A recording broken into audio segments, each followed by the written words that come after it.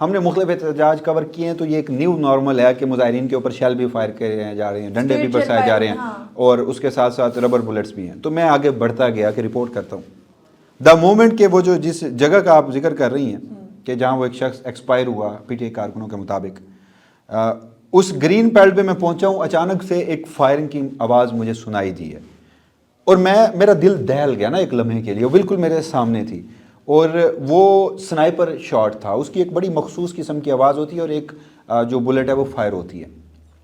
میرے سامنے ایک بلو کپڑوں میں شخص, اس کے اگلے لمحے میں جب دیکھتا ہوں کہ ایک شخص گرا ہے اور اس کے سینے اور چھاتی کے درمیان ایک فائر لگا اور وہ وہاں پہ اس فائرنگ کے نتیجے میں گرا ہے. مجھے نہیں سمجھ آئی کہ یہ کیا ہو رہا ہے. یہ پروسیس ہی نہیں ہوا کہ اسٹریٹ فائرنگ ڈی چوک اسلام آباد دن دہاڑے میڈیا کی موجودگی میں. خیر ہم نے وہ ریسکیو کیا, ایک گاڑی وہاں پر لوکلز کی آئی, انہوں نے اس شخص کو بٹھایا اور وہ ہسپتال کی جانب موو ہو گئے. ساتھ ہی وہ پولی کلینک ہسپتال ہے. اچھا یہ G63 کا رہائشی سیکٹر ہے. اس کے بعد وہاں پر جب میں تھوڑا سا پیچھے ہٹا, مجھے حالات کی سنگینی کا اندازہ ہوا تو ہم کافی پیچھے ہٹ گئے.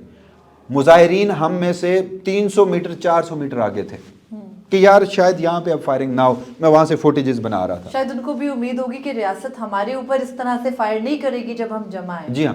اچھا میرے ساتھ ایک بائک والا کھڑا ہے, اتنا ہی فاصلہ ہے جتنے فاصلے پہ آپ موجود ہیں.